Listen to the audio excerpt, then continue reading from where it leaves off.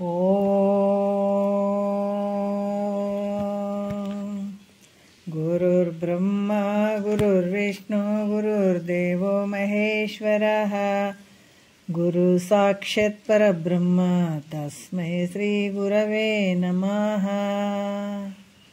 ಧ್ಯಾನ ಮೂಲ ಗುರುಮೂರ್ತಿ, ಪೂಜ್ಯ ಮೂಲ ಗುರುಪಾದ, ಮಂತ್ರ ಮೂಲ ಗುರುವಾಕ್ಯ, ಮುಕ್ತಿ ಮೂಲ ಗುರುಕೃಪಃ. ಶ್ರೋತ್ರಿಯ ಬ್ರಹ್ಮನಿಷ್ಠ ಸದ್ಗುರು ಬಸವಾನಂದರ ಪಾದಕಮಲಗಳಿಗೂ ಅವರ ಪ್ರತಿರೂಪದಂಥ ನಿಜಗುಣಪ್ಪನವರ ಪಾದಕಮಲಗಳಿಗೂ ನನ್ನ ದೀರ್ಘದಂಡ ಪ್ರಣಾಮಗಳನ್ನು ಸಲ್ಲಿಸುತ್ತಾ, ಸದ್ಗುರು ಮಾರ್ತಂಡ ಸಾಬಯ ಸದ್ಗುರುಳ ಪಾದಕಮಲಗಳಿಗೂ ಹಾಗೂ ರಾಯಪ್ಪ ಸದ್ಗುರುಳ ಪಾದಕಮಲಗಳಿಗೂ ನನ್ನ ದೀರ್ಘದಂಡ ಪ್ರಣಾಮಗಳನ್ನು ಸಲ್ಲಿಸುತ್ತಾ, ಮನದಲ್ಲಿ ಸ್ಮರಿಸಿಕೊಳ್ಳುತ್ತಾ, ಗುರು ಸ್ವರೂಪರಾದಂಥ ನನ್ನ ಪ್ರತಿದೇವರಿಗೂ ಕೂಡ ನನ್ನ ದೀರ್ಘದಂಡ ಪ್ರಣಾಮಗಳನ್ನು ಸಲ್ಲಿಸುತ್ತಾ, ತಮ್ಮೆಲ್ಲರಿಗೂ ವಂದಿಸುತ್ತಾ, ಇವತ್ತಿನ ಕೈವಲ್ಯ ಪದ್ಧತಿ, ನಿಜಗುಣರು ರಚಿಸಿದಂಥ ಕೈವಲ್ಯ ಪದ್ಧತಿ ಒಳಗೆ ನಾವು ಮೊದಲನೆಯ ಪದ್ಯದ ಎರಡನೆಯ ನುಡಿ ನೋಡ್ತಾ ಇದ್ದೀವಿ. ಏನು ಹೇಳಿದರು ಅಂತಂದ್ರೆ, ಮುಕ್ತಿ ಆಗುವಂಥವ್ರು, ಮುಕ್ತಿ ಹೆಂಗೆ ಆಗ್ತದ, ನಮಗೆ ಯಾವುದರಿಂದ ಆಗ್ತದ, ನಮಗೆ ಅದ್ರ ದಾರಿ ಏನು, ಮುಕ್ತಿ ಅಂದ್ರೆ ಅನ್ನುವಂಥದ್ದು ನಾವು ವಿಚಾರ ಮಾಡಬೇಕು. ಅತ್ಯಂತ ದುಃಖ ನಿವೃತ್ತಿ ಆಗುವಂಥದ್ದು, ಪರಮಾನಂದ ಪ್ರಾಪ್ತಿ ಆಗುವಂಥದ್ದು. ಇದೇ ನಾವು ಯಾವ ದಾರಿ, ಯಾವ ಮಾರ್ಗದಿಂದ ಹೋದಾಗ ಇಂಥ ಒಂದು ದುಃಖ ನಿವೃತ್ತಿ ಆಗ್ತದೆ, ನಮಗೆ ಪರಮಾನಂದದ ಪ್ರಾಪ್ತಿ ಆಗ್ತದ ಅಂತ ವಿಚಾರ ಬಂದಾಗ ಮಹಾತ್ಮರು ಹೇಳ್ತಾರ. ಏನು ಹೇಳ್ತಾರ? ಶ್ರೀ ಗುರು ವಚನೋಪದೇಶವನ್ನು ಆಲಿಸಿದಾಗಳಹುದು ನರರಿಗೆ ಮುಕ್ತಿ ಅಂತ ಹೇಳ್ತಾರ. ಮೋಕ್ಷ ಅನ್ನುವಂಥದ್ದು ಆಗ್ಬೇಕಾದ್ರೆ ಯಾವುದರಿಂದ ಆಗ್ತದಂದ್ರೆ, ಗುರುನಾಥನ ವಾಕ್ಯಗಳನ್ನು ಆಲಿಸಿದಾಗ, ಕೇಳಿದಾಗ ಮುಕ್ತಿ ಆಗ್ತದಪ್ಪ ಅಂತ ಹೇಳ್ತಾರೆ. ಮತ್ತು ಕೆಲವು ವಿಚಾರಗಳನ್ನು ಅವರು ಹೇಳ್ತಾ ಇದ್ದಾರೆ. ನಿನ್ನೆಯ ಒಂದು ನುಡಿಯಲ್ಲಿ, ನಿಂದಿಸಿ ನುಡಿಯದಿರಾರನ್ನು ಮನಸ್ಸಿಗೆ ಬಂದಂತೆ ನಡೆಯದಿರಿಹದಲ್ಲಿ ಕುಂದು ಒಡೆಯದಿರು ಕಾಮಾದಿಗಳನ್ನು ಜಯಿಸೆಂದು ಕೈ ಹಿಡಿದು ಅನುಗ್ರಹಿಸುವ ಅಂತ ಎರಡನೇ ನುಡಿಯಲ್ಲಿ ಹೇಳ್ತಾ ಇದ್ದಾರೆ. ಇದು ನಾವು ಹೇಳ್ತೀವಿ ನೋಡ್ರಿ, ಇಂಥ ಒಂದು ಲೌಕಿಕದಲ್ಲಿ ನಾವು ನೌಕರಿ ಅದು ಮಾಡಬೇಕಾದಾಗ, ಇಲ್ಲಪ್ಪ ಇದನ್ನ ಹಿಂಗೆ ಮಾಡು, ಹಿಂಗೆ ಮಾಡಿದ್ರೆ ಸರಿಯಾಗಂಗಿಲ್ಲ, ಮುಂದೆ ನಿನಗೆ ನೌಕರಿ ಸಿಗಂಗಿಲ್ಲ, ಇಂಥದನ್ನು ಏನಂದ್ರೆ ಒಂದು ಕೆಟ್ಟ ಕೆಲಸಗಳನ್ನು ಬಿಟ್ಟು ಮತ್ತು ಈ ರೀತಿ ಓದೋದು ಬರೆಯೋದು, ಚೆಂದ ಓದಿದಿ ಬರ್ದು ಒಳ್ಳೆ ಮಾರ್ಕ್ಸ್ ತೊಗೊಂಡು ಅಂತಂದ್ರೆ ನಿನಗಿಂತ ನೌಕರಿ ಸಿಗ್ತದೆ ಅಂತ ಕೆಲವೊಂದು ವಿಚಾರಗಳು ಹೇಳ್ತಾರೆ. ಇಲ್ಲಿ ಗುರುನಾಥ ಒಂದು ಪ್ರೀತಿಯಿಂದ ಶಿಷ್ಯನಿಗೆ ಮುಕ್ತಿಯನ್ನು ಪಡ್ಕೊಳ್ಬೇಕನ್ನುವಂಥ ಭಾವ ಉಳ್ಳಂಥ ಶಿಷ್ಯನಿಗೆ ಹೇಳ್ತಾ ಇದ್ದಾರೆ. ಇವು ನೀನು ಇಂಥ ನಿನ್ನಲ್ಲಿರುವಂಥ ಈ ದುರ್ಗುಣಗಳೇನದಾವ ಅವನ್ನೆಲ್ಲ ಬಿಟ್ಕೊಳ್ಬೇಕಾಗ್ತದೆ. ಯಾವ ರೀತಿ ಜಗತ್ತಿನೊಳಗೆ ನೀನು ನಡ್ಕೊಳ್ಬೇಕು, ಯಾವ ರೀತಿ ನಿನ್ನ ಭಾವ ಇರಬೇಕು, ನಿನ್ನ ಅಂತಃಕರಣ ಇರಬೇಕು ಅನ್ನುವಂಥದ್ದನ್ನು ಬಹಳ ಪ್ರೀತಿಯಿಂದ ಒಲುಮೆಯಿಂದ ಸದ್ಗುರುನಾಥ ಹೇಳ್ತಾ ಇದ್ದಾನೆ. ಅದಕ್ಕೆ ಇಲ್ಲಿ ಹೇಳ್ತಾರ, ನೀನು ಇವೇನು ಮಾಡ್ತಾವಂದ್ರೆ ನಿನ್ನ ಒಂದು ಆನಂದಕ್ಕೆ, ದುಃಖ ನಿವೃತ್ತಿ ಪರಮಾನಂದದ ಸ್ಥಿತಿಗೆ ಬರುವಂಥದ್ದಕ್ಕೆ ಇವೆಲ್ಲ ಏನು ಮಾಡ್ತಾವಂದ್ರೆ ಅಡೆತಡೆಗಳು ಮಾಡ್ತಾವೆ.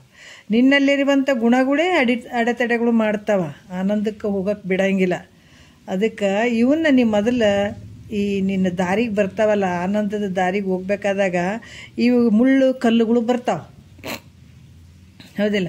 ಒಂದು ನದಿ ಸಮುದ್ರಕ್ಕೆ ದಾಟಬೇಕಾದ್ರೆ ಏನು ಚಲೋ ದಾರಿನೇ ಇರ್ತದೆ ಅನ್ನೋದಕ್ಕೆ. ಕಲ್ಲು, ಮುಳ್ಳು, ತಗ್ಗು, ದಿನ್ನಿ ಅಂತ ಇವೆಲ್ಲವನ್ನು ದಾಟ್ಕೊಂಡು ಹೋಗ್ಬೇಕಾಗ್ತದೆ. ಅದು ಅಲ್ಲೇ ನಿಂತ್ಕೊಂಡ್ಬಿಡ್ತದೆ, ಕಲ್ಲು ಅದಾವ, ಮುಳ್ಳು ಅದಾವ ಅಂತೇಳಿ. ಇಲ್ಲ, ಅದನ್ನೆಲ್ಲ ದಾಟ್ಕೊಂಡು ಹೋಗ್ತದೆ. ಅದ್ರಂಗೆ ಇವು ಗುಣಗಳು ಏನದಾವ ನಿನ್ನಲ್ಲಿ, ನಿನಗೆ ಅಡೆತಡೆಗಳನ್ನು ಮಾಡ್ತಾವೆ. ಅದಕ್ಕೆ ಅವನ್ನ ನೀ ಬಿಟ್ಕೊಂಡು ಗುರು ಹೇಳ್ದಂಗೆ ನೀ ಕೇಳ್ಕೊತ ಹೋದ್ರೆ ನಿನಗಿಂತ ಮೋಕ್ಷ ಆಗ್ತದಪ್ಪ ಅಂತ ಹೇಳ್ತಾರೆ ಅವರು. ಇದು ಯಾರು ಉಪಕಾರ ಕೇಳ್ತಾರ? ಶಿಷ್ಯ. ನಿನಗೆ ಒಳ್ಳೇದಾಗಲಿ ಅಂತನ್ನುವಂಥದಕ್ಕಾಗಿ ನಿನ್ನಲ್ಲಿರುವಂಥ ಗುಣಗಳೇ ನಿನಗೆ ತೊಂದರೆ ಕೊಡ್ತಾವೆ. ಅದಕ್ಕೆ ಯಾವ್ಯಾವ ಗುಣಗಳು ನಮ್ಮಲ್ಲಿರುವಂಥ ಗುಣಗಳು ಅಂದಾಗ, ಅದಕ್ಕೆ ನಿಂದಿಸಿ ನುಡಿಯದಿರಾರನು, ಯಾರನ್ನು ನಿಂದಿಸಿ ಮಾತಾಡೋಕೆ ಹೋಗಬೇಡ. ಇದು ದೊಡ್ಡ ಕೆಟ್ಟ ಗುಣ ಆಗ್ತದೆ ನೋಡಿ ನಿನ್ನ ಬಲ್ಲಿ. ಇದು ಇತ್ತು ಅಂತಂದ್ರೆ ನಿನಗೆ ಮೋಕ್ಷಕ್ಕೆ ದಾರಿಗೆ ಅಲ್ಲಿ ಹೋಗೋಕೆ ಆಗಂಗಿಲ್ಲ, ಮೋಕ್ಷವನ್ನು ಪಡ್ಕೊಳಕ್ಕಾಗಂಗಿಲ್ಲ. ಅದಕ್ಕೆ ಇದು ನಿಂದಿಸಿ ನುಡಿಬೇಡಪ್ಪ. ಮತ್ತು ಮನಸ್ಸಿಗೆ ಬಂದಂಗೆ ನಡಿಬೇಡ. ನನ್ನ ಮನಸ್ಸಿಗೆ ಹೆಂಗೆ ಬರ್ತದೆ ಹಂಗೆ ನಾನು ಜೀವನ ಮಾಡ್ತೀನಿ ರೀ, ಮನಸ್ಸಿಗೆ ಬಂದಂಗೆ ನಡಿತೆ ಅಂದ್ರೆ ಲೌಕಿಕದಲ್ಲೇ ನಡೆಯೋಕ್ಕಾಗಂಗಿಲ್ಲ. ಯಾಕಂದ್ರೆ ನಮ್ಮ ಮನಸ್ಸಿಗೆ ಬಂದಂಗೆ ನಡೆದ್ರೆ ಇವತ್ತು ನಮ್ಮ ಕಾನೂನು ಏನು ಮಾಡ್ತದೆ, ಒಳಗಾಗ್ತದೆ, ಹೌದಾ? ಹಲವಾರು ರೀತಿಯಿಂದ ಶಿಕ್ಷೆ ಕೊಡ್ತದೆ ನಮಗೆ. ಲೌಕಿಕದಲ್ಲೇ ಮನಸ್ಸಿಗೆ ಬಂದಂಗೆ ನಡೆಯೋಕ್ಕಾಗಲ್ಲ ಅಂದ್ರೆ ಇನ್ನು ಪರಮಾರ್ಥದಲ್ಲಿ ಹೆಂಗೆ ನಡೀತಿದ್ದೀನಿ ನೀನು? ಅದಕ್ಕೆ ನೀನು ಹೆಂಗೆ ಬೇಕು ಹಂಗೆ ನಡಿಬೇಡ ನೋಡ್ರಿ.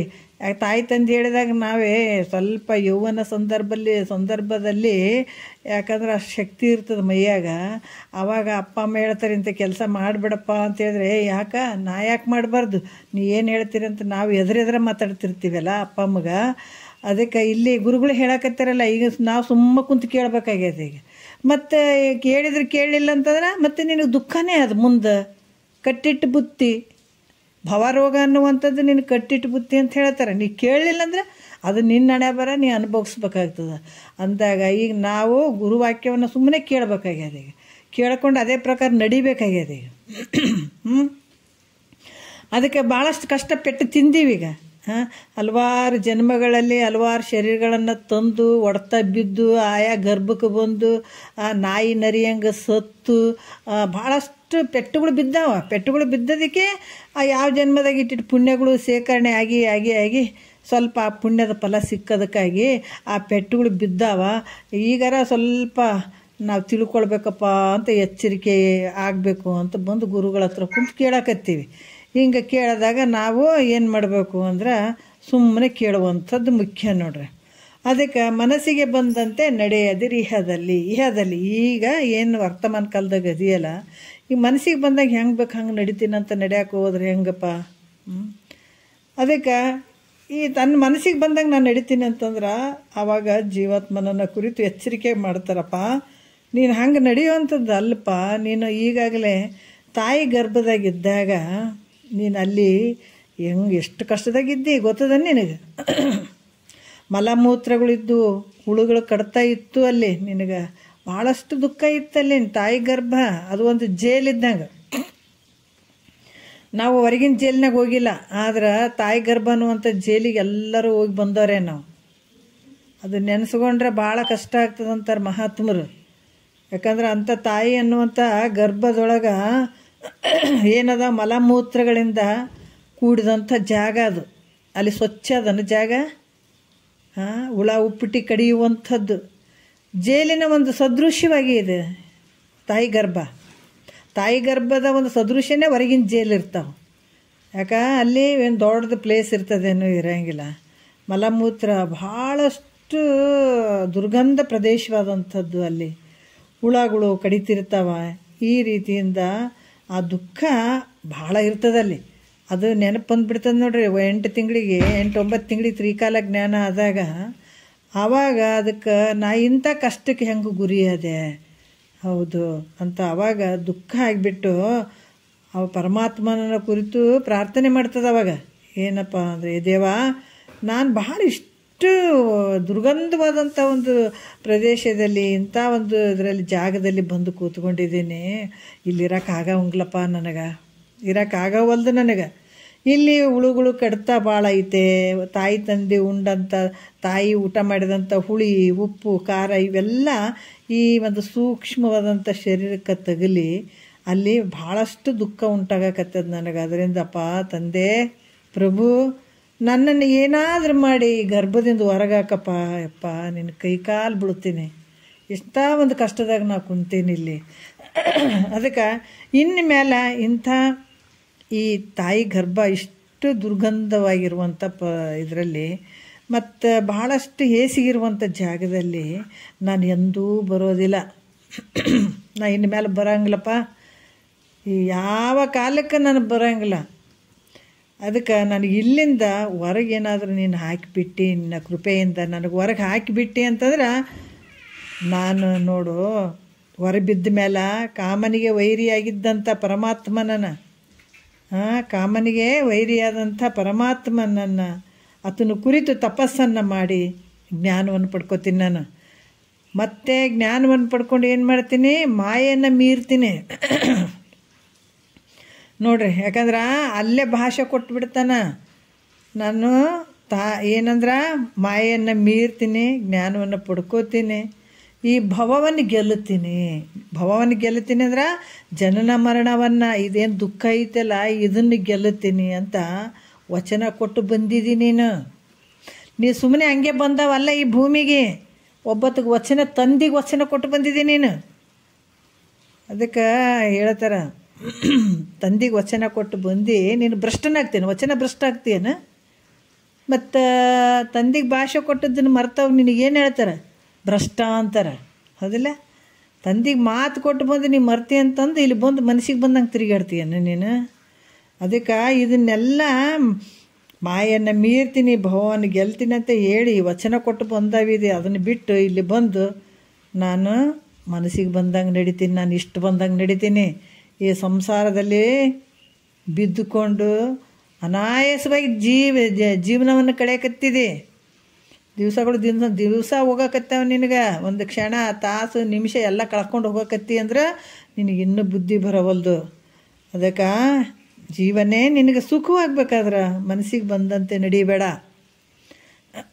ನಿನಗೆ ಸುಖನೇ ಬೇಕಾಗಿತ್ತು ಮುಂದಾದರೂ ಕೂಡ ಅಂತಂದ್ರೆ ಮನಸ್ಸಿಗೆ ಬಂದಂಗೆ ನಡೆಯೋಕೆ ಹೋಗ್ಬೇಡಪ್ಪ. ನಿನ್ನ ವಚನದಂತೆ ನಡ್ಕೋ. ನೀ ವಚನ ಏನು ಕೊಟ್ಟಿದ್ದಿ ನೆನಪು ಮಾಡಕತ್ತೀವಿ ನೋಡಿ. ಈಗ ಅದು ಗುರು ಮುಖಾಂತರ ಬಂದು ನೆನಪು ಮಾಡಕತ್ತೇನೆ ಪರಮಾತ್ಮನೇ.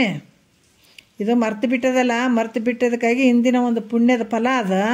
ಅದಕ್ಕೆ ಗುರುನಾಥ ರೂಪವಾಗಿ ಪರಮಾತ್ಮನೇ ಬಂದು ಎಚ್ಚರಿಕೆ ಮಾಡಕತ್ತೇನೆ. ನೋಡು, ನೀನು ನೀತಿಯಿಂದ ಮತ್ತು ಯಾಕಂದ್ರೆ ವಚನ ಕೊಟ್ಟು ಬಂದಿದ್ದೀನಿ, ನೀನು ಇಲ್ಲಿ ಕೂಡ ವಚನದಂತೆ ನಡ್ಕೋ ಮತ್ತು ನೀತಿವಂತನಾಗಿ ಸಕಲ ಜೀವರಾಶಿಗಳಲ್ಲಿ ಕರುಣಾವುಳ್ಳಂಥವನಾಗಪ್ಪ. ಪರಮಾತ್ಮನನ್ನು ಕುರಿತು ತಪಸ್ಸು ಮಾಡು, ಪರಮಾತ್ಮನ ಪಾದ ಕಮಲಗಳಲ್ಲಿ ಭಕ್ತಿ ಇಡು, ಮತ್ತು ಮುಂದೆ ನೀನು ಸತ್ಸಂಗವನ್ನು ಮಾಡಪ್ಪ. ಮಾಡಿ ಜ್ಞಾನವನ್ನು ಹೊಂದಿ ಯಥಾರ್ಥವಾದಂಥ ನಿನ್ನ ಸ್ವರೂಪವನ್ನು ತಿಳ್ಕೊಂಡು ನೀನು ಸುಖರೂಪನಾಗಿರಪ್ಪ. ಇಲ್ಲವಾದ್ರೆ ನಿನಗೆ ಎಂದೂ ಈ ಸುಖ ಪ್ರಾಪ್ತಿಯಾಗಂಗಿಲ್ಲ. ಎಷ್ಟು ಅದ್ಭುತವಾಗಿ ಹೇಳ್ತಾರೆ. ನಾ ಸುಖದಿಂದ ಏನಿ, ನೀ ಸುಖದಿಂದಿದೆ. ತಾತರು ಹೇಳ್ತಿದ್ರು, ಆರಾಮದಿರೇನ್ರಿ? ಆರಾಮದೀವ್ರಿ, ನಾವು ಆರಾಮದೀವಿ, ನೀವು ಏನು ಆರಾಮ? ಮನಸ್ಸು ಅಳ್ತಾನೆ ಅದ. ಈ ಮನಸ್ಸು ಹೆಂಗದ? ಬರೀ ಅಳಕತ್ತದ. ಆದರೂ ಕೂಡ ನಾ ಆರಾಮದೀನಿ, ನೀ ಆರಾಮದೀನಿ, ಏನು ಆರಾಮಿರ್ತಾರ ಅಂತಿದ್ರು. ಯಾವಾಗ ಆರಾಮಿರ್ತದೆ? ಈ ಮನಸ್ಸು ಯಾವಾಗ ತನ್ನನ್ನು ತಾನು ತಿಳ್ಕೊಂಡು ಮಹಾದೇವ ಆಗ್ತದೆ ಆವಾಗ ಆರಾಮ. ಅಲ್ಲಿ ತನಕ ಆರಾಮಿಲ್ಲ ಪರಾಮಿಲ್ಲ ಅಟ್ಟೆ ಮಿಣಕ್ ಏನು ಅದು ಗಿಡದ ನೆರಳು ಬಿಸಿಲು ಬಿದ್ದಿರ್ತದಲ್ಲ, ಗಿಡದಾಗ ಎಲೆಗಳು ಮಧ್ಯೆ ತಟಗಿ ಬೆಳಕು ಬಿದ್ದಂಗೆ ಮತ್ತೆ ಅದು ಇರ್ತದನಿಲ್ಲ, ಮತ್ತೆ ನೆರಳು ಬಿಸಿಲು ಹಿಂಗೆ ಬರ್ತಿರ್ತದೆ ನೋಡ್ರಿ. ಗಿಡದ ಕೆಳಗಡೆ ಬೀಳುವಂಥ ಬಿಸಿಲು ಆ ಎಲೆಗಳ ಮಧ್ಯೆ ಬೀಳ್ತಿರ್ತದಲ್ಲ, ಹಂಗೆ ನಮಗೆ ವಿಷಯಗಳಲ್ಲಿ ಸುಖ ತೋರಿದಂಗೆ ಮಿಣಕ್ ಅಂದಾಗ ಅದೇ ದೊಡ್ಡ ಸುಖ ಅನ್ಕೊಂಡ್ಬಿಟ್ಟಿದ್ದೀವಿ ನಾವು. ದೊಡ್ಡ ಸುಖ ಯಾವುದು, ಸಣ್ಣ ಸುಖ ನಮಗೆ ಗೊತ್ತೇ ಇಲ್ಲಲ್ಲ. ಗೊತ್ತಿದ್ರೆ ಇವತ್ತು ಜಗತ್ತಿನೊಳಗೆ ಇಷ್ಟು ಆರಾಮಾಗಿ ಯಾರು ಜೀವನ ಮಾಡ್ತಾರೆ ಹೇಳ್ರಿ? ಕರೆಕ್ಟಾಗಿ ಗೊತ್ತಿದ್ದರು ತತ್ವವನ್ನು ಬಲ್ಲಂಥ ಗುರುಗಳಿಗೆ ಬೆನ್ನತ್ತಿಬಿಟ್ರು. ಅಪ್ಪ ಇದನ್ನು ತಿಳ್ಕೊತೀವಪ್ಪ, ಈ ಕಷ್ಟ ಎಷ್ಟು ಅನ್ನೋದು ನಮ್ಗೆ ಗೊತ್ತದಂತ ಗೊತ್ತಿದ್ದವ್ರು ಬೆನ್ನತ್ತಿದ್ರು. ಗೊತ್ತಿರ್ಲಾರ್ದು ನಮಗೇನಂತ ತುಂಬ ಹೊತ್ಕೊಂಡ್ರು ಗಡ್ದು ತಿಂದಕ್ಕೆ ಗಪ್ಪು ಚುಪ್ಪು ಮಲಗೋದು. ಭಾಳ ಆನಂದವಾಗಿ ಕಳೆದ್ಬಿಟ್ಟಿವಿ ದಿವಸಗಳು ಅನ್ನೋದು ಅಲ್ಲ. ಆದ್ರೆ ಎಷ್ಟು ಮಜಾ ಮಾಡ್ತಿದ್ದೆ ಮಾಡಂತಾನ. ಅದು ಯಾವಾಗ ಮಹಾತ್ಮರಲ್ಲಿ ಬಂದು ನನಗಿದು ಒಂದು ಗೂಢಾರ್ಥ ಒಂದು ಚೂರು ತಿಳಿಸಪ್ಪ ಅಂತ ಆತಗೆ ಪಾದಕ್ಕೆ ಶರಣಾಗತ್ತೆ. ಆದಾಗ ಆತ ಈ ವಿಚಾರಗಳು ಹೇಳ್ತಾನೆ. ನೋಡು, ನೀ ಮರ್ತು ಬಿಟ್ಟಿದ್ದಿ, ಅಲ್ಲಿ ಪರಮಾತ್ಮ ಭಾಷೆ ಕೊಟ್ಟು ಬಂದವಿದೆ, ಹೆಂಗೆ ಬೇಕಂಗೆ ಮನಸ್ಸಿಗೆ ಬಂದಂಗೆ ತಿರುಗಾಡ್ತೀನಿ, ಮನಸ್ಸಿಗೆ ಬಂದಂಗೆ ಇರ್ತೀನಿ ಅಂದರೆ ಹಂಗಲ್ಲದು. ಅದರಿಂದ ನಿನಗೆ ದುಃಖನೇ ಐತಿ ಮುಂದೆ. ಅದಕ್ಕೆ ಸಂಸಾರದಲ್ಲಿ ವಿಷಯಗಳೇ ಸುಖ ಅದಾವಂತ ತಿಳಿದು ಮನಸ್ಸಿಗೆ ಬಂದಂಗೆ ನಡೆಯಕತ್ತೀಯನ ನೀನು? ವಿಚಾರ ಮಾಡಿ ನೋಡು. ಈ ವಿಷಯಗಳಲ್ಲಿ ಸುಖ ಉಂಟೋ ಹೇಗಂತ ನಾವು ಅದಕ್ಕೆ ಸುಖ ಐತೇನಂದ್ರೆ ಇಲ್ಲ, ನಮಗೆ ಗೊತ್ತದ ಒಂದು ಕಡೆ. ಯಾಕಂದರೆ ಈ ವಿಷಯಗಳಲ್ಲಿ ಸುಖ ಇದ್ರೆ ಒಂದು ವಿಷಯ ಒಬ್ಬರಿಗೆ ಸುಖಕರವಾಗಿ ತೋರಿದ್ರೆ ಇನ್ನೊಬ್ಬರಿಗೆ ಅದು ದುಃಖಕರವಾಗಿ ತೋರ್ತದೆ. ಯಾಕಂದ್ರೆ ಸುಖ ಅನ್ನುವಂಥದ್ದು ಎಲ್ಲರ ಬಲ್ಲಿರುವಂಥ ಆನಂದ ಒಂದೇ ಇರಬೇಕಾಗಿತ್ತು, ಹೌದಾ? ಆನಂದ ಅನ್ನುವಂಥದ್ದು ಒಂದೇ. ಈಗ ಊಟ ಮಾಡ್ತೀವಿ, ಊಟ ಮಾಡಿದ ಆನಂದ ಎಲ್ಲರ ಬಳಿ ಒಂದೇ ಇರ್ತದೆ. ಮಲಗ್ತೀವಿ, ಹಾಸಿಗೆಗಳು ನೆಲಗಳು ಬೇರೆ ಬೇರೆ ಇದ್ದರೂ ಕೂಡ ಮಲಗಿದಂಥ ಆನಂದ ಒಂದು ಬಡವ ಇರ್ಬೋದು, ಒಬ್ಬ ಶ್ರೀಮಂತ ಇರ್ಬೋದು, ಯಾರೇ ಇದ್ದರೂ ಕೂಡ ನಿದ್ರಾ ಆನಂದ ಒಂದೇ. ಯಾವ ರೀತಿ ಎಂಥತನ್ನೇ ಇರಲಿ, ರೈಲ್ವೆ ಸ್ಟೇಷನ್ದಲ್ಲಿ ಮಲಗಿದಂಥವ್ರನ್ನ ತೊಗೊಳ್ರಿ, ರೋಡ್ ಮೇಲೆ ಮಲಗಿದಂಥವ್ರನ್ನ ತೊಗೊಳ್ರಿ, ಇವತ್ತು ಅರಮನೆಯಾಗ ಮಲಗಿದಂಥವ್ರನ್ನ ತೊಗೊಳ್ರಿ, ಇವತ್ತು ಮನ್ಯಾಗ ಮಲಗಿದವ್ರಂತ ತೊಗೊಳ್ರಿ, ಇವತ್ತು ಮಠದಲ್ಲಿ ಮಲಗಿದಂಥವ್ರನ್ನ ತೊಗೊಳ್ರಿ, ಎಲ್ಲರನ್ನೂ ತೊಗೊಳ್ರಿ. ಹಾಸಿಗೆಗಳು ಜಾಗಗಳು ಭಿನ್ನವಾಗಿರ್ಬೋದು, ಆದರೆ ನಿದ್ರಾ ಆನಂದ ಒಂದೇ ಇರೋದು. ಹಂಗೆ ವಿಷಯಗಳು ಸುಖ ಅಂತ ಅನಿಸಿದ್ರೆ ಒಬ್ಬನಿಗೆ ಸುಖ ಆದರೆ ಎಲ್ಲರಿಗೂ ಸುಖ ಆಗ್ಬೇಕಾಗಿತ್ತು, ಆಗಂಗಿಲ್ಲ. ಅದಕ್ಕೆ ಈ ರೀತಿ ಅಂದಮೇಲೆ ವಿಷಯಗಳಲ್ಲಿ ಸುಖ ಇಲ್ಲಪ್ಪ.